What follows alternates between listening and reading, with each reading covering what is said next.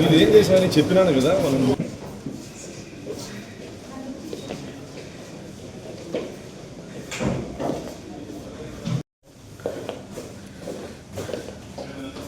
విత్తన శుద్ధి చేసుకొని వేస్తే బాగుంటుంది ఇలాంటి కథలు చెప్పారు. అది విత్తన శుద్ధి అనేది కామన్ గా ఏదైనా విత్తనాలు తీసుకొని శుద్ధి చేస్తే రైతుల కంటే బెటర్ సైంటిస్ట్ ఎవరు రైతు వాళ్ళకి చూస్తూనే వాళ్ళే చెప్పేస్తారు. వాటి 100% రిజెక్షన్ 16,000 మెట్రిక్ టన్ ఉంది మేడం ఫర్టిలైజర్.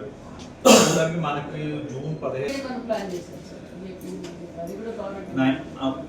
ముందు మన దగ్గర స్టాక్ ఏంటంటే కొంచెం ప్రాపర్ గా డిస్ట్రిబ్యూషన్ చేసి ఒకటి ఏంటంటే రైతులకి ఈసారి 3 దఫాలుగా ఇస్తాం కదా మన ఎరువులు. ఆ ఎరువులు ఇచ్చేది ఆన్లైన్ లో కనబడుతుంది.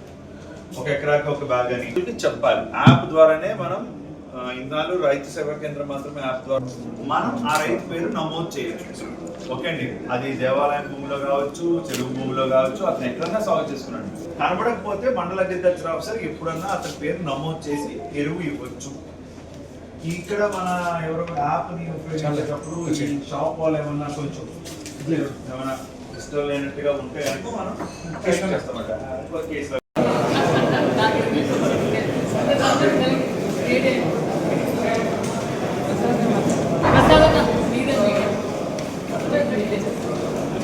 అదేవిధంగా ఎంపీని ఈరోజు కలెక్టర్ గారికి కూడా కలవడం జరిగింది. కలెక్టర్తో కూడా మరి ఈరోజు మరి వర్షాలు పడ్డాయి, మరి వ్యవసాయం కూడా మొదలైంది.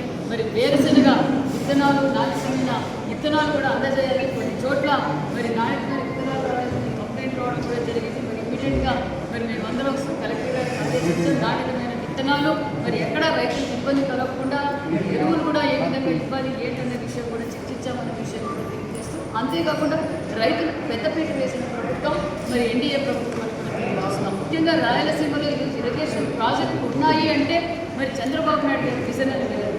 మరి ఈరోజు పరిశ్రమలు కూడా ఇలాంటి పరిశ్రమలు కావచ్చు, మరి ఫైటర్ జెట్ కావచ్చు, ఇలా అనేక పరిశ్రమలు కూడా తీసుకొచ్చి, అంతేకాకుండా ముఖ్యంగా రైతులకు పెద్దపీట వేసిన ప్రభుత్వం కూటమి ప్రభుత్వం. ఒక అన్నదాత సుఖీభవ అందజేస్తూ మరి పనిముట్లు కూడా అందజేసాం. స్ప్రింక్లర్లు, డ్రిప్పులు రైతులకు ఎంత అవసరమైతే ఇస్తూ మరి అంతేకాకుండా మరి రాయలసీమ హార్టికల్చర్ హబ్ కూడా 1,00,00,000 కోట్ల నిధులు కూడా కేటాయించిన ప్రభుత్వం కూటమి